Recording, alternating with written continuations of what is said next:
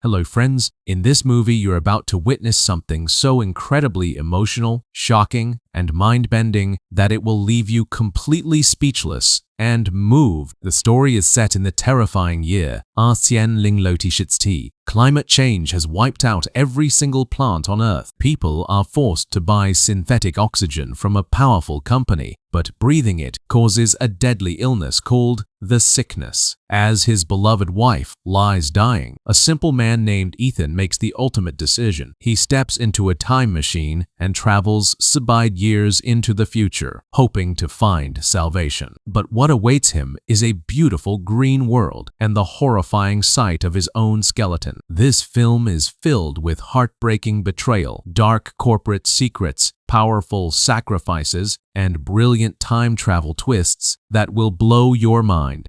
Come on, friends, let's not waste any more time and start this unforgettable sci-fi journey right now. It was Thanksgiving Day, and Keller had been invited to dinner by his neighbor Franklin. The two families were on good terms.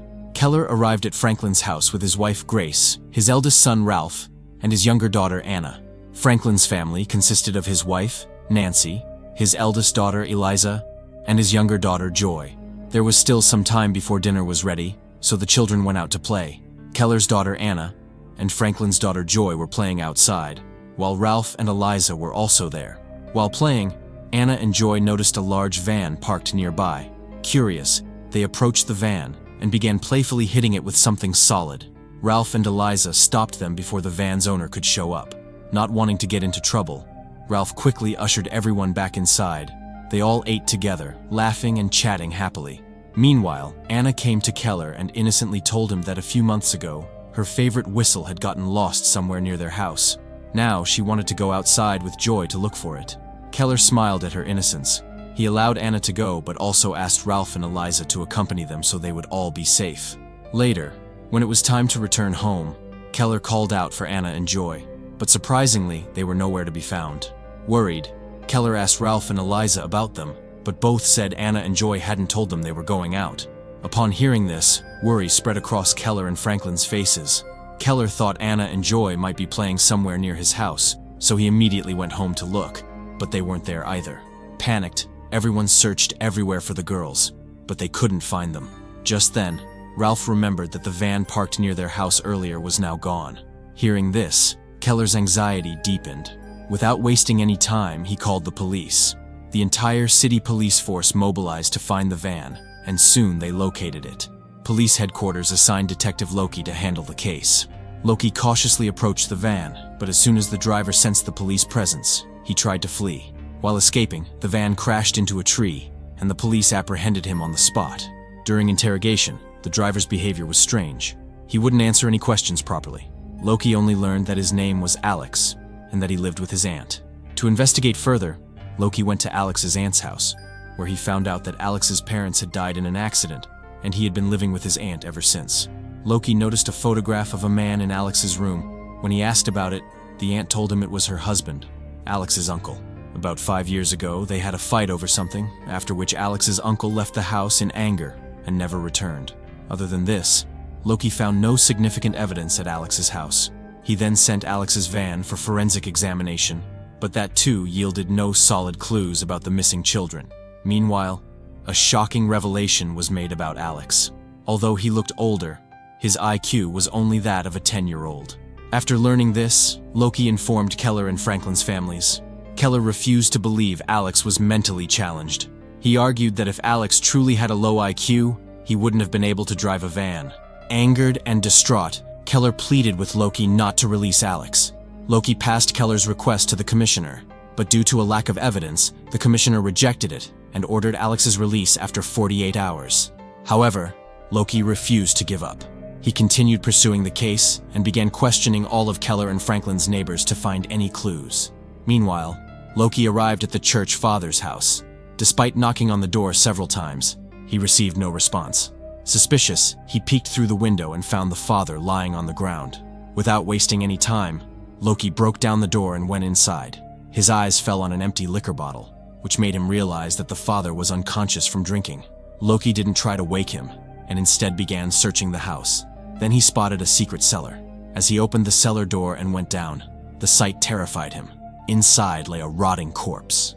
Enraged, Loki immediately shook the father awake and questioned him about the body. Trembling, the father explained that a few years ago, this man had come to him to confess his sins. He had told the father that he had sent 16 children to God so far, and that he had no regrets. In fact, he was proud of it. Furthermore, he had boasted about killing more children the same way. He had declared that he had started a war against God and wouldn't stop now. Hearing this, the father was shaken to the core. He felt that leaving such a man alive would be another sin. So he killed him himself and hid the body in the basement. As soon as the father confessed, Loki took him into custody. The next day, Keller and Franklin were searching for their children in the woods with the police. Keller's phone rang. It was his wife, Grace. Hearing her panicked tone, Keller became alert. In a trembling voice, Grace told him that the police were releasing Alex. Hearing this, Keller was horrified and immediately rushed to the police station. Outside the station, a crowd of reporters surrounded Alex. Keller broke through the crowd and pushed Alex to the ground. Trembling with anger, he demanded to know where the children were. Alex gave only a strange reply. "As long as they were with me, they were happy." Keller's anger grew, but before he could get any further answers, the police restrained him and took him into custody. Later, Keller told Loki and the commissioner about what Alex had said. After hearing Keller's words, Loki immediately went to Alex's aunt's house. He questioned both Alex and his aunt about the incident, but Alex claimed he hadn't said anything. Loki then sent Alex's aunt to another room and tried to pressure Alex into revealing the truth, but Alex kept insisting that he hadn't said anything. Considering his low IQ, it seemed impossible for him to lie so convincingly. This led Loki to believe that Keller might have misunderstood or imagined the situation. Loki called Keller and informed him about this. When Keller learned that the police weren't taking Alex back into custody, his anger reached its peak. He couldn't wait any longer. He decided to take matters into his own hands and kidnap Alex himself. Keller went near Alex's house and began watching him closely. As soon as Alex stepped out, Keller seized the opportunity, grabbed him, and took him away. He imprisoned Alex inside the bathroom of his old house. The next day, Keller brought Franklin to the same place and told him that he would torture Alex until he revealed where the children were. Franklin initially felt it was wrong and hesitated to take the law into his own hands. But since it was about their children, he finally agreed. Meanwhile, Loki's investigation continued. He stood outside the house where Alex had parked his van on the day of the kidnapping. The house was locked, and it turned out the owner had put it up for sale.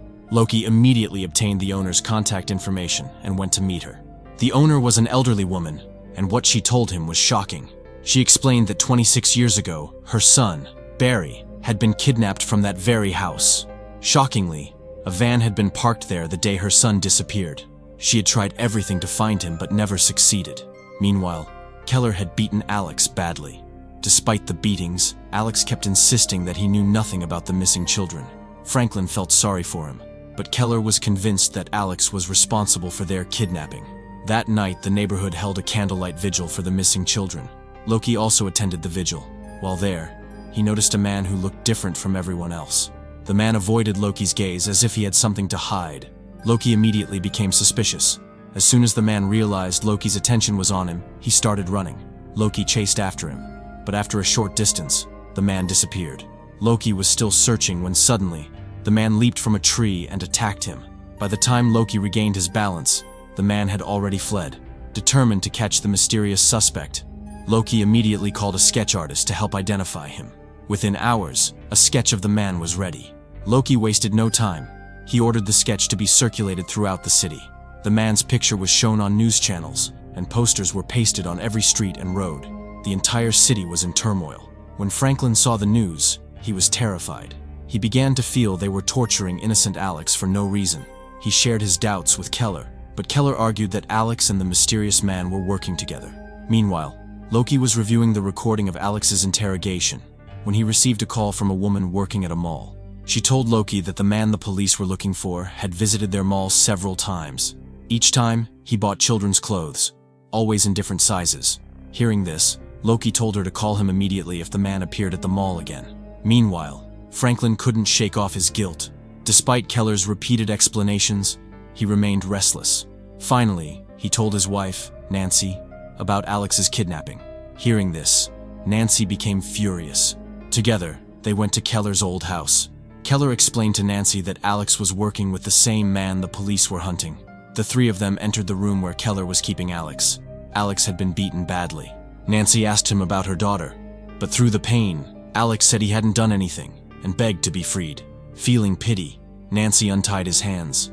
The moment she did, Alex shoved her aside, broke the window glass, and grabbed a sharp piece to defend himself. Hearing Nancy scream, Keller and Franklin rushed into the room. Alex tried to escape by attacking Keller with the glass, but Keller and Franklin overpowered him and locked him up again. Keller beat Alex brutally, but despite the torture, Alex kept insisting he knew nothing about the missing children. Franklin began to pity him deeply, but Keller was absolutely convinced that Alex was behind the kidnapping. Franklin and Nancy could no longer bear what was happening. They realized they couldn't support Keller any longer, but still, in the desperate hope of finding their daughter, they didn't stop him. After one last glance, they quietly left the house without saying a word. However, someone else was lurking near their home, the same man the police were searching for. Inside, Franklin's eldest daughter was taking a bath alone. Before the man could harm her, Franklin and Nancy returned home, forcing him to flee. The man then tried to sneak into Keller's house. He tiptoed into Anna's room, but Keller's wife, Grace, heard a faint noise coming from there. Alarmed, she rushed to Anna's room but saw nothing unusual. As she looked around, she suddenly heard movement coming from her own bedroom. She ran there immediately and saw the window wide open. The man had already escaped. Hearing Grace's screams, Ralph also rushed in. Terrified that something terrible might happen, Grace immediately called Loki. During the investigation, Grace took Loki to an underground chamber in their house, a shelter Keller had built for emergencies. It contained enough supplies to survive for months. While talking, Grace asked Loki about Keller. She explained that Keller had told the family he was working with the police to find Anna. Loki was shocked because Keller was not working with them. Then, Loki noticed a bag of sodium hydroxide lying in a corner of the chamber, a chemical commonly used to dissolve and decompose bodies. Seeing this, Loki became suspicious of Keller. The next day, he secretly began monitoring Keller. He watched as Keller parked his car near a liquor store, but didn't go inside. Instead, Keller continued walking toward his old house. Loki sat in his car, carefully watching his every move. But suddenly, a truck pulled up behind Loki's car and began honking loudly. The truck's continuous honking drew Keller's attention directly to Loki. Realizing that Loki was following him, Keller immediately changed his route. Instead of heading toward his old house, he turned and walked into the liquor store. A few moments later, he came out with a bottle of liquor in his hand. Taking a sip, he walked straight up to Loki, staring at him intensely before asking in a low but firm voice, "Why are you following me?" Loki gestured for Keller to get into his car and asked directly, "Where is Alex?"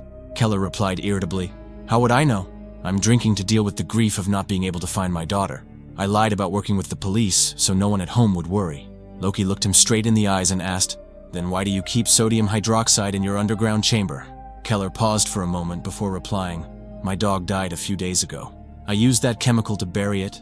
Loki advised Keller to support his family instead of drowning himself in alcohol, then left. But Keller remained suspicious. Upon returning to the office, Loki began investigating Keller's past. He discovered that Keller's father had committed suicide years ago in his own home, and the address matched the same house where Keller was now holding Alex prisoner. Meanwhile, Keller had gone back to the old house to continue torturing Alex. But then, he sensed someone nearby. It was none other than Loki, who had arrived to search the property. Realizing the danger, Keller quickly went to Alex and warned him that if he made any noise, the consequences would be severe. To avoid suspicion, Keller pretended to be drunk and lay down as if he were fast asleep. Moments later, Loki entered the house. He shook Keller awake and demanded that he show him around. Keller agreed and began leading Loki through the house. As they walked, they came dangerously close to the bathroom where Alex was imprisoned. Just as Loki was about to go in, his phone rang. It was the same woman from the mall who had previously informed him about the suspect. She told Loki that the same man had returned to the mall, but when she spotted him, he ran away. This time, she had managed to note down his car's license number. Hearing this, Loki immediately left to pursue the man, and Keller narrowly escaped exposure. When Loki arrived at the suspect's house, the man was inside. Seeing Loki at the door, he panicked and tried to block him from entering. But Loki pushed past him, handcuffed him, and began searching the house. During the search, Loki discovered several locked containers in the bedroom. His heart raced at the sight. He opened one of the containers and found blood-soaked clothes inside. As soon as he picked up a cloth, he was horrified to see several poisonous snakes slithering beneath it. He opened the other containers, all filled with clothes and snakes. But one container was different. It didn't contain any blood or snakes. Instead, it held strange paintings, suggesting something far more mysterious. Loki immediately sent the blood-stained clothes to the forensic lab for examination. Back at the police station, he called the parents of Anna and Joy and showed them photos of the clothes found in the suspect's house, one by one. As soon as Joy's parents recognized one of the items, they broke down in tears and left in grief. Loki then called Keller to come and see the photos as well. One of the pictures showed a small sock, his daughter's. The moment Keller saw it, his heart sank. He immediately recognized it and couldn't control his emotions. Consumed by anger and pain, Keller lashed out at Loki, accusing him of wasting time chasing him instead of catching the real kidnapper. Furious, Keller stormed out. When he reached home, he saw news reporters gathered around his house. Realizing what was happening, he strictly instructed his son, Ralph, to stay away from them.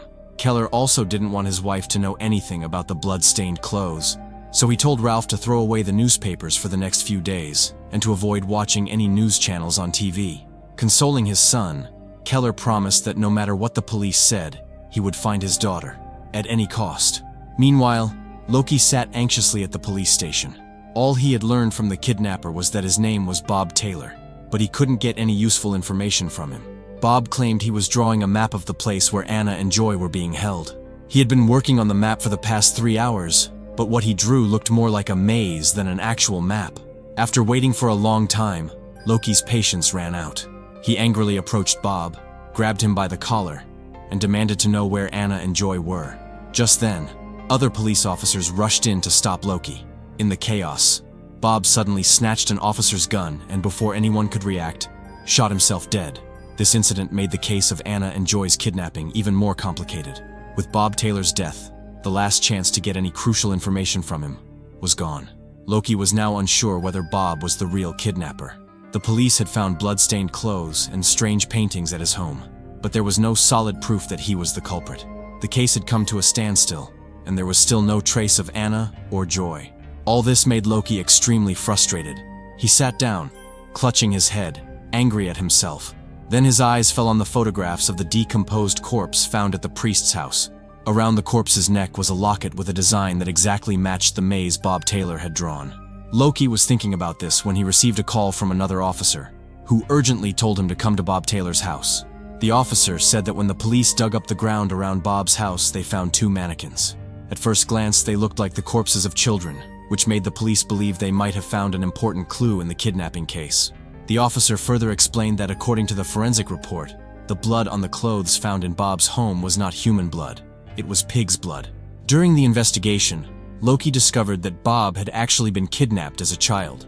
Although he had managed to escape, he had been repeatedly injected with drugs during his captivity, which affected his memory. Because of this, the police were never able to find his real kidnapper.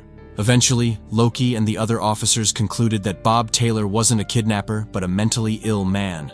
His childhood trauma had left a deep scar on his mind, and when he saw the news about Anna and Joy's kidnapping, he started connecting the incident with his own past. Slowly, he began to believe he was a kidnapper himself and started behaving like one. Now the question remained, how did he get hold of Joy and Anna's clothes? You'll remember that one day, Bob went to Keller and Franklin's house. That's when he stole them. According to the police, all the other clothes found in Bob's house were brand new, with the tags still attached. Meanwhile, Keller went to see Alex again. He told Alex that if he told him where the children were, he would let him go back to his aunt. Alex stayed silent for a moment, then softly said that the children were trapped inside a maze, but after saying that, he suddenly went quiet again. Keller kept questioning him, but Alex didn't say another word, as if he couldn't remember anything else. Alex's mention of the maze raised even more questions in Keller's mind. To uncover the truth, he went to Alex's aunt's house. When he arrived, Keller apologized for scaring Alex on the day of his release. Alex's aunt accepted his apology and invited him inside. During their conversation, she told Keller that she and her husband used to be very religious, but after their son died of cancer, they lost their faith in God. They had adopted Alex to help them cope with their grief, but she still couldn't forget the loss of her own child. She also mentioned that Alex had suffered an accident as a child, which left him with limited speech. When Keller brought up the maze, her expression showed she didn't know anything about it. Finding no useful information, Keller returned home, disappointed. As soon as he arrived, his wife, Grace, ran to him in panic. She said she had just received a call from the police station. They had found Franklin's daughter, Joy. However, there was still no sign of Anna. Grace explained that Joy was currently in the hospital and that they needed to go there immediately. Hearing this, Keller felt a new spark of hope and rushed to the hospital with Grace without wasting a moment. Upon arriving at the hospital, Keller began questioning Joy about Anna and the kidnapper. Joy was extremely weak and terrified, but she still managed to speak in a faint voice. She explained that Keller had come to the place where they were being held captive, but the kidnapper had taped their mouths shut, preventing them from calling out to him. Joy further said that they somehow tried to escape from the kidnapper's clutches, but the kidnapper caught Anna again. Fortunately, Joy managed to escape. However, due to her weakness, she couldn't go far and eventually fainted on the street. Luckily, a kind person found her and took her to the hospital. Hearing this, Keller was lost in thought for a moment, then suddenly rushed out. At that very moment, Loki was walking toward Joy's room to check on her. He saw Keller hurrying out and tried to stop him, but Keller ran past without stopping.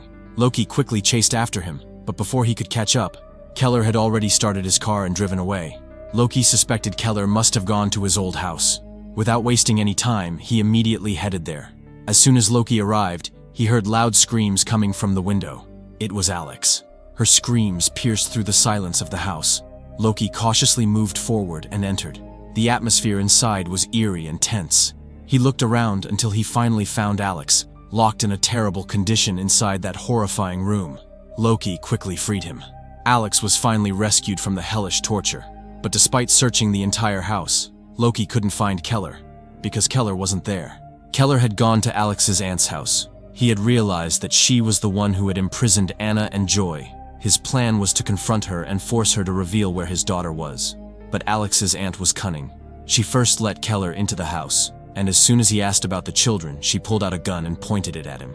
She ordered Keller to put on the handcuffs from the drawer, then took a bottle from the refrigerator and told him to drink it. The bottle contained drugs. She then forced Keller outside. While doing so, she told Keller that after her own child's death, she and her husband had declared war against God. They had kidnapped and killed several children. Alex was the first child. His real name was Barry, the son of the same old woman shown at the beginning of the movie. The aunt further confessed that they had kidnapped so many children that she couldn't even remember all their names. Bob Taylor was one of them. They used to kidnap, torture, and murder the children. A car was parked in the courtyard. The aunt ordered Keller to move it. As soon as Keller moved the car, a small lid beneath it became visible. She told Keller to open it. When Keller removed the lid, he saw a deep pit underneath. The aunt coldly explained that when the police had come looking for the girls, she had hidden them in that very pit. She then ordered Keller to go inside, but he refused. Without hesitation, the aunt shot him in the leg. Groaning in pain, Keller had no choice but to climb into the pit. The aunt told him that she would soon throw Anna's body into the pit as well. She then closed the lid and covered it with the car. Keller had a small flashlight with him. He used it to look around and found a red whistle. It was probably the same whistle Anna had taken Joy outside to find. That meant she had found it before being kidnapped. At the police station, the commissioner ordered Loki to go to Alex's aunt's house and inform her that Alex had been found. Loki immediately rushed there and knocked on the door, but the aunt didn't hear him. She was in another room, about to inject Anna with poison. When no one answered for a long time, Loki opened the door himself and went inside. Inside, his eyes fell on a photograph of the aunt's husband. The man in the photo was wearing the same locket that was found around the neck of the corpse in the priest's house. The sight stunned Loki. He examined the photo closely.